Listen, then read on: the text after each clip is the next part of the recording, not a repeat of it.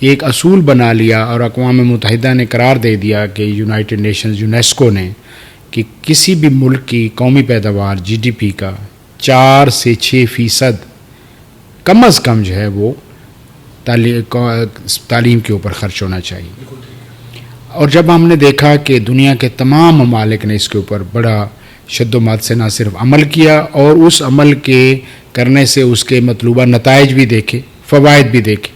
میں آپ کو چھوٹی سی مثال دیتا ہوں. ہمارے ساتھ انڈیا ہے، 4.5% اس کا 2023 کا جو ورلڈ بینک کا ڈیٹا ہے وہ شو کرتا ہے. 4.6% وہ تعلیم پہ خرچ کر رہے ہیں. اسی طریقے سے چھوٹے چھوٹے ممالک ہم جب دیکھتے ہیں اور بڑے ممالک بھی کمپیریزن، ہم بہت جو ترقی یافتہ ممالک کی بعد میں بات کروں گا، اس کے بعد آپ دیکھیں کئی ایسے ممالک آپ اس میں دیکھیں تو 4%، 5%، 6، 7% تک بھی. آپ حیران ہوں گے کہ اسرائیل جو کہ آج سب دنیا مانتی ہے کہ ٹیکنالوجی کے میدان میں جس نے اپنا لوہا منوایا ہے، وہاں پہ تعلیم کے اوپر جو خرچ ہے وہ 6.5%.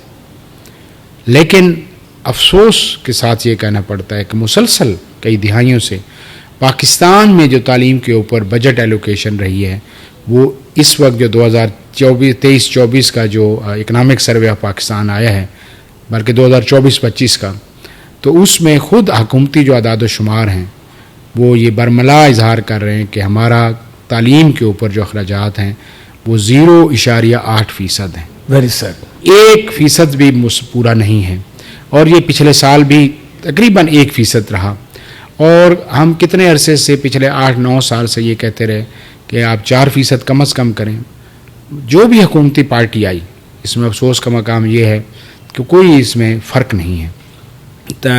جو پرائرٹیز میں اپنے منشور میں اعلان کریں گے کہ جی ہم قومی پیداوار کا 4% اس پہ خرچ کریں گے، لیکن جب حکومت میں آتے ہیں، جب عمل درآمد کی باری آتی ہے، تو میں نے یہی کہا کہ نصف تو کیا 1% سے بھی جنی ایک انتہائی ہمارے لیے کمپیریزن جو صورتحال ہے. بلکہ جیسے آپ نے اپنے انٹرویو میں بتایا کہ جہاں پہ کٹ لگانا ہوتا ہے سب سے پہلے تعلیم کے شعبے میں لگایا جاتا ہے. اور اس کے ساتھ افسوسناک صورتحال یہ ہے، مزید افسوس، کہ اس کا بہانہ بنایا جاتا ہے IMF کا.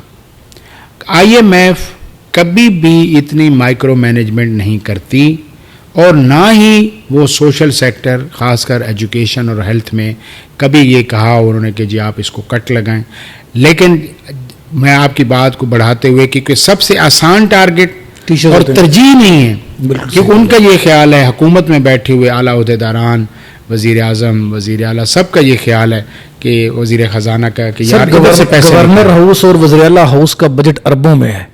میں یہی عرض کر رہا ہوں نا کہ آپ دیکھیں کہ ان کے ہاؤسز کے علاوہ جیسے پچھلے دنوں پارلیمنٹیرینز کی تنخواہوں، چیئرمین سینٹ کی تنخواہ میں اضافہ ہوا، اور اس کے بعد جو ہے وہ جوڈیشری کی جس طریقے سے اضافہ ہوا، ایون ہمارے باقی ادارے ہیں. میں یہ بھی کہوں گا کہ دیکھیں یونیورسٹیز میں قوم بنتی ہے. آپ دیکھیں نا لقب کے طور پر کہتے ہیں نا ٹیچرز کو کہ معمار قوم، builders of the nation. Builders of the nation کے ساتھ آپ کا جو ترجیح سلوک ہے کہ آپ ان کو، بہت ساری اس وقت پاکستان میں یونیورسٹیز ہیں جہاں پہ تنخواہوں کے پیسے نہیں ہیں. یونیورسٹیز جو ہیں وہ ان کو لالے پڑے ہوئے ہیں چلنے کے. مجھے آپ ایک بتائیں کہ پھر آپ ان سے کہیں کہ جی یونیورسٹیز کچھ کرتی نہیں. سر گورنمنٹ آف پنجاب یا گورنمنٹ آف پاکستان کی جو پالیسی ہے، یہ جو HEC کی پالیسی ہے جامعات کے حوالے سے فنڈنگ کی، یا اس سے کتنا مطمئن ہے؟ کیا آپ کو لگتا ہے؟ دیکھیں 18ویں ترمیم سے پہلے یہ سارے زیادہ تر اختیارات تھے فیڈرل HEC کے پاس. ٹھیک ہے. اور وفاق جو ہے اس میں فنڈنگ ایلوکیشن کرتا تھا جو HEC کے تھرو ڈسپرس ہوتی تھی. ابھی بھی فی الحال میکانزم چل رہا ہے، لیکن اس میں یہ تھا کہ 2018 سے جو وفاق کی ایلوکیشن تھی وہ 65 ارب روپے پہ چل رہی تھی. اور آپ حیران ہوں گے کہ آج 2025 میں بھی وفاق کی طرف سے جو ایلوکیشن ہے وہ 65 بلین پہ ہے. اور پچھلے سال اس کو بلکہ 25 بلین کیا گیا، جس کے اوپر ہم نے پورے اس میں احتجاج کیا، تو اس کو دوبارہ 65 بلین کیا گیا. اور جبکہ اس وقت جب یونیورسٹیز کی تعداد، پبلک سیکٹر یونیورسٹیز کی تعداد لگ بھگ 85-90 کے قریب تھی، اور آج 160 ہو چکی ہے. ڈبل ہو گئی ہے. ڈبل ہو چکی ہے، لیکن ایلوکیشن وہیں بجٹ اتنا ہی ہے. اور میں نے جیسے پہلے عرض کیا، اس میں وفاق کی علاقے کے اندر جو یونیورسٹیز ہیں، جس میں قائد اعظم یونیورسٹی ہے، وہ بہت زیادہ مالی مسائل کا شکار ہے.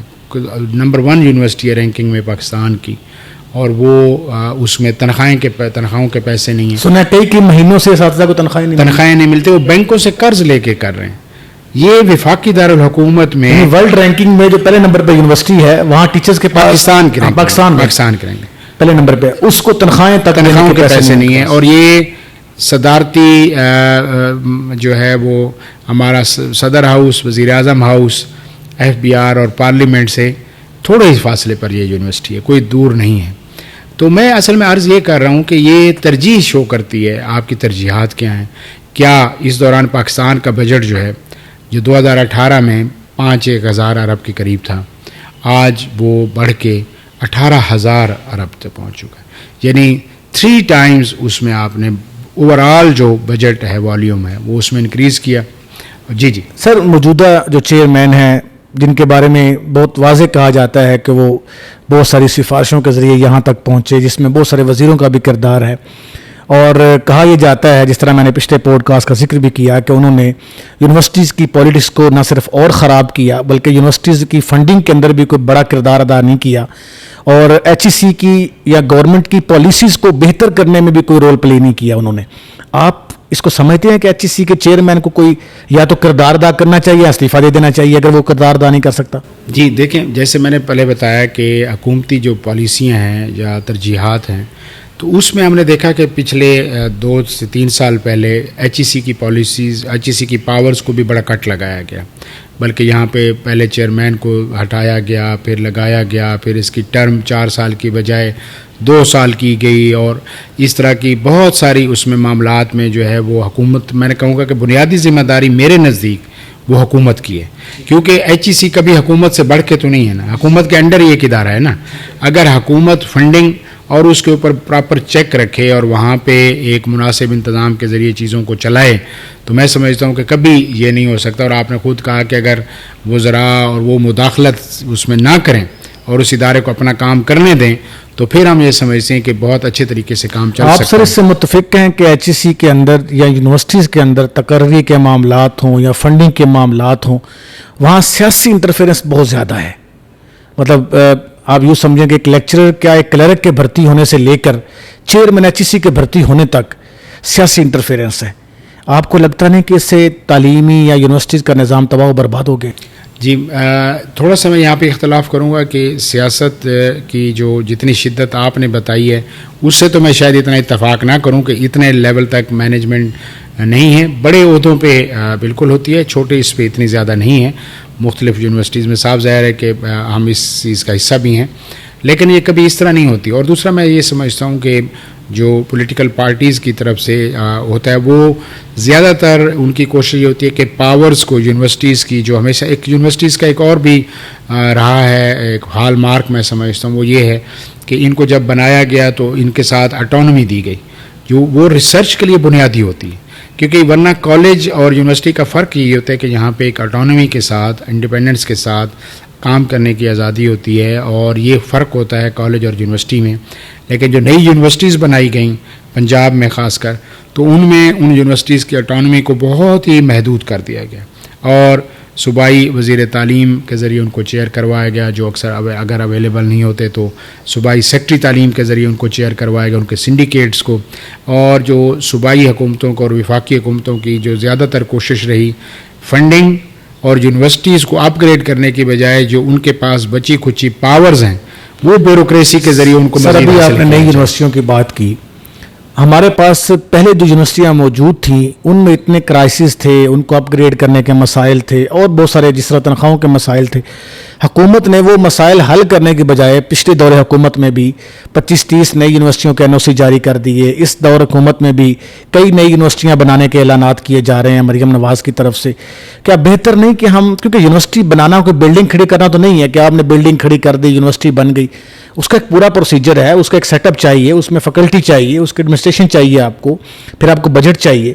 تو بجائے اس کے کہ پچھلی یونیورسٹیز کو اپ گریڈ کیا جائے, ٹیچرز کو فیسیلیٹیٹ کیا جائے, ہم یونیورسٹیوں کی بھرمار کر رہے ہیں. آپ اس سے اتفاق کرتے ہیں سر؟ جی میں جیسے پہلے میں نے عرض کیا کہ میں بالکل اس سے ایگری کرتا ہوں کہ ہمارا جو ترجیح رہی وہ تعلیم کا معیار بلند کرنے یا امپروو کرنے کی طرف نہیں ہے، مقدار پر ترجیح، مقدار پر رہی، اور مقدار جو ہے وہ بنیادی طور پر سیاست کی بنیاد پر، کہ اگر ایک ضلع میں یونیورسٹی بنی تو دوسرے ضلع والوں نے کہا کہ اگر ہمارے ضلع میں یونیورسٹی ایک فیشن اور بز ورڈ بن گیا، حالانکہ یہ لوگ کہتے ہیں کہ نہیں ہمارے بھی تعلیم کا اتنا ہی بنیادی حق ہے جتنا لاہور والوں کا ہے.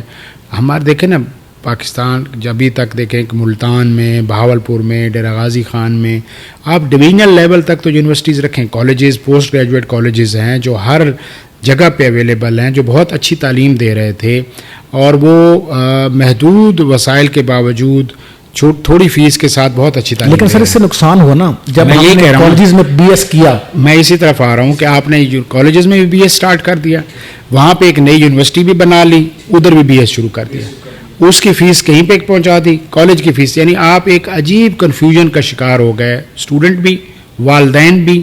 اور میں نے کہا نا کہ اس سے کیا نقصان ہوا کہ معیار تعلیم بہت گر گیا، اور جس سے ہمارے آج جو ہے وہ بہت زیادہ چیلنجز درپیش ہوئے، مزید بڑھ گئے.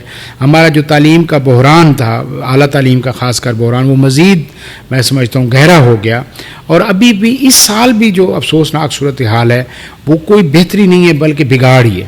جو موجودہ وفاقی حکومت اور صوبائی حکومت جو مسلم لیگ نون کی حکومت ہے، میں سمجھتا ہوں کہ اس میں اس سینسٹائز ہونے کے باوجود بھی وہ مسائل سے آگاہ بھی تھے، لیکن جب بجٹ ایلوکیشن کی باری آئی وفاق کی سطح پر بھی اور صوبے کی سطح پر بھی، صوبے کی سطح پر تو ہمیں اس سے زیادہ افسوس ہوا. تعلیمی حوالے سے عثمان بزدار اور مریم نواز میں کیا موازنہ سمجھتے ہیں؟